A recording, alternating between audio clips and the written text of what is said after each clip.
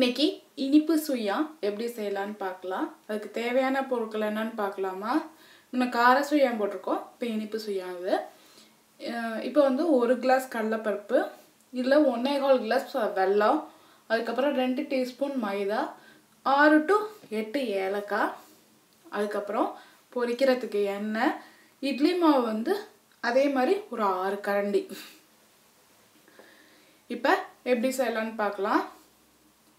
இப்போ நான் ஒரு குண்டானில் பாருங்கள் கடலைப்பருப்பு இருக்க பாருங்கள், லைட்டாக ஒரு 5 minutes ஊற வச்சுக்கிட்டு அதுக்கப்புறம் அடுப்பில் வந்து அதை அப்படியே எடுத்து வைங்க.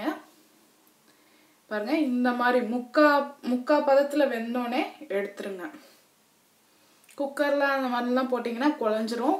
இந்த மாதிரி குண்டானில் அந்த மாதிரி ஏதாவது கிண்ணியில் போட்டுக்கோங்க. இப்போ அதை நான் வடிகட்டி ஆற வச்சுருக்கேன்.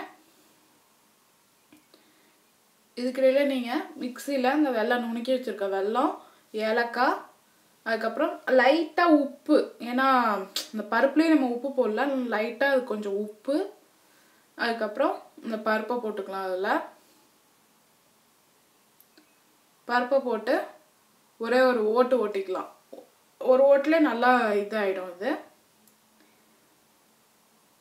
இந்த இது ரொம்ப ஹெல்த்தியான ஒரு இது, குழந்தைங்களுக்குலாம் இது கொடுக்கலாம். இந்த மாதிரி பருப்பு சம்மந்தமானதெல்லாம் ட்ரை பண்ணி பாருங்கள். இப்போ பாருங்கள் நான் ஒரு ஓட்டி வச்சுருக்கேன்.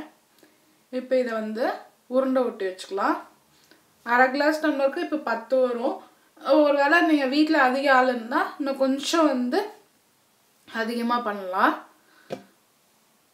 இப்போ வந்து இதில் நான் இட்லி மாவு வச்சுருக்கேன் பாருங்கள். இந்த இட்லி மாவில் 2 டீஸ்பூன் மைதா வச்சுருக்கேன் பாருங்கள். அந்த மைதா, உப்பு, மாவுக்கு தேவையான அளவு உப்பு, இட்லி மாவு ஆட்டணுன்னே வச்சுருக்கோம் பாருங்கள், அந்த இட்லி மாவு.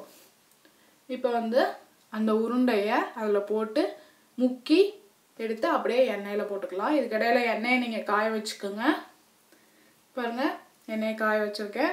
இப்போ அதில் முக்கி அப்படியே அதை எடுத்து போடுறது தான். இனிப்பு போண்டானால அது வந்து அடியில் கொஞ்சம் ஒட்டும். கொஞ்சம் உடனே எடுக்காதீங்க.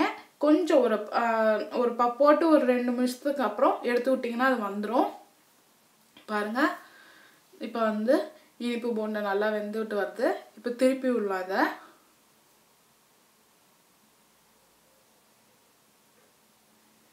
இப்போ வந்து இனிப்பு சுயா வந்து ரெடி ஆயிடுச்சு. செஞ்சு பாருங்கள். உங்கள் கமெண்ட்ஸை போடுங்க. எங்கள் சேனலை சப்ஸ்கிரைப் பண்ணுங்கள். உங்களுக்கு பிடிச்சிருந்தா உங்கள் ஃப்ரெண்ட்ஸ்க்கு ஷேர் பண்ணுங்கள், லைக் பண்ணுங்கள். வீடியோ பார்த்ததுக்கு நன்றி.